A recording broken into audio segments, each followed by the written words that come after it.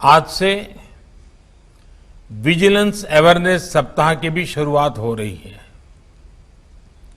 कुछ ही दिनों में देश सरदार वल्लभ भाई पटेल की जन्म जयंती मनाने की तैयारी कर रहा है। सरदार साहब एक भारत श्रेष्ठ भारत के साथ ही देश के एडमिनिस्ट्रेटिव सिस्टम के आर्किटेक्ट भी थे। देश के पहले गृहमंत्री के रूप में उन्होंने एक ऐसी व्यवस्था बनाने का प्रयास किया जो देश के सामान्य मानवी के लिए हो, जिसकी नीतियों में नैतिकता हो। लेकिन बाद के दशकों में हमने देखा कि कुछ अलग ही परिस्थितियां बनी। आप सभी को याद होगा, हजारों करोड़ के घोटाले, शेल कंपनियों का जाल,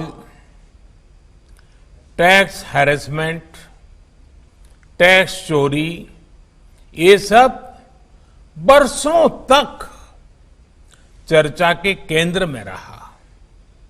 साथियों, 2014 में जब देश ने एक बड़े परिवर्तन का फैसला लिया, जब देश एक नई दिशा में आगे बढ़ा, बहुत बड़ा चैलेंज था इस माहौल को बदलना।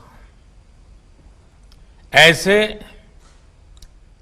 क्या देश ऐसे ही चलेगा? देश में ऐसे ही होता रहेगा? इस सोच को बदलना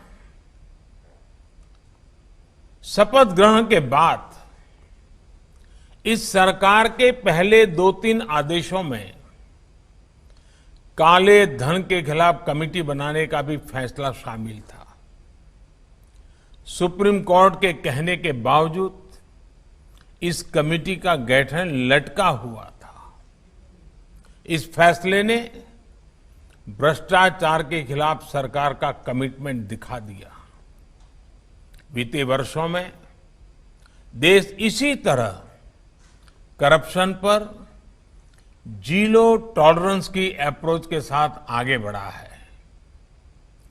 वर्ष 2014 से अब तक देश की प्रशासनिक व्यवस्थाओं में, बैंकिंग प्रणाली में, हेल्थ सेक्टर में, एजुकेशन सेक्टर में, लेबर, एग्रीकल्चर, हर सेक्टर में रिफॉर्म हुए।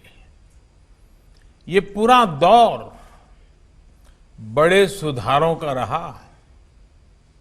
इन सुधारों को आधार बनाकर आज भारत आत्मनिर्भर भारत के अभियान को सफल बनाने में पूरी शक्ति से जुटा हुआ है।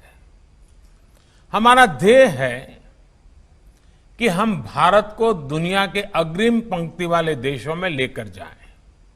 लेकिन साथियों, विकास के लिए जरूरी है कि हमारी जो प्रशासनिक व्यवस्थाएं हैं वो ट्रांसपेरेंट हो, रिस्पॉन्सिबल हो, अकाउंटेबल हो, जनता के प्रति जवाबदेह हो।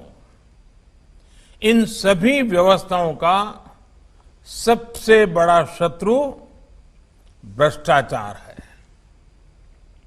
भ्रष्टाचार केवल कुछ रुपयों की ही बात नहीं होती। एक तरफ भ्रष्टाचार से देश के विकास को ठेस पहुंचती है, तो साथ ही भ्रष्टाचार सामाजिक संतुलन को तहस नहस कर देता है। और सबसे अहम, देश की व्यवस्था पर जो भरोसा होना चाहिए, एक अपनेपन का जो भाव होना चाहिए, भ्रष्टाचार उस भरोसे पर हमला करता है। और इसलिए भ्रष्टाचार का डटकर मुकाबला करना सिर्फ एक एजेंसी या संस्था का दायित्व नहीं, बल्कि इससे निपटना एक कलेक्टिव रिस्पॉन्सिबिलिटी है।